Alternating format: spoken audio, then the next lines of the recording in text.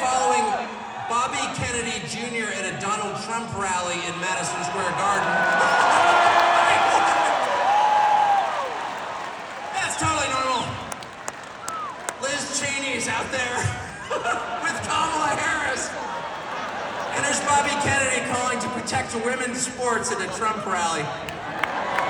It's a realignment. It's unbelievable. And the fact that it's here is even sweeter.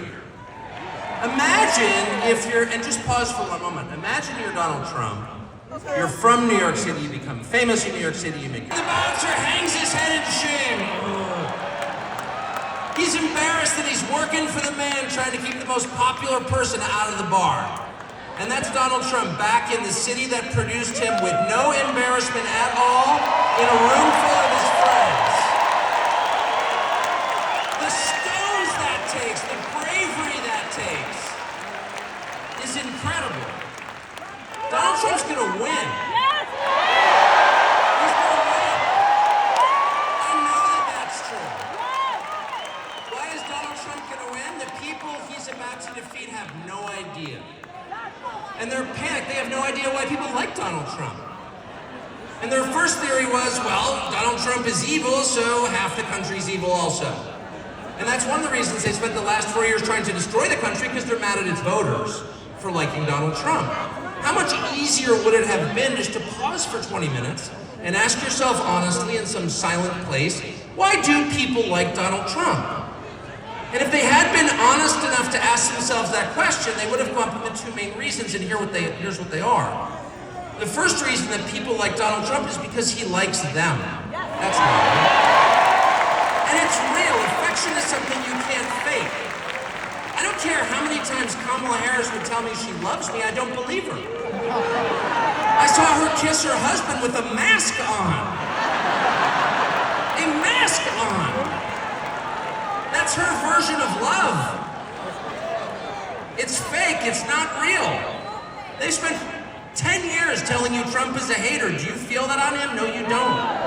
Because the reason that people love Trump, and I put myself in this category, it's why I'm here today, is because he's liberated us in the deepest and truest sense. And the liberation he has brought to us is the liberation from the obligation to tell lies. Donald Trump has made it possible for the rest of us to tell the truth about the world around us. And that's the single most liberating thing you can do for people. If you want to enslave people, if you want to degrade them, force them to tell lies. And they have. They forced us to lie about everything at gunpoint, effectively. They put people in prison for refusing to lie. And not just the obvious lies that men can become women, or Vladimir Putin blew up the Nord Stream pipeline. No, honestly, he did. January 6th was an insurrection. They were unarmed, but it was very insurrection-y. Not even the obvious ones, but the big lie. You know what the big lie is? The big lie is that they're impressive. That's what the big lie is. That the people in charge have somehow earned the right to rule over you, and they haven't.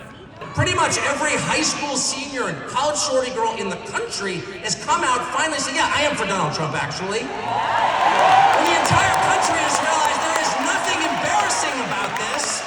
What's embarrassing is to take a perfectly great country and destroy it, as they have. I'm not ashamed. You should be. At that moment, it's going to be pretty tough for them, 10 days from now, to look in the eye to America with a straight face. It's going to be pretty hard to look at us and say, you know what?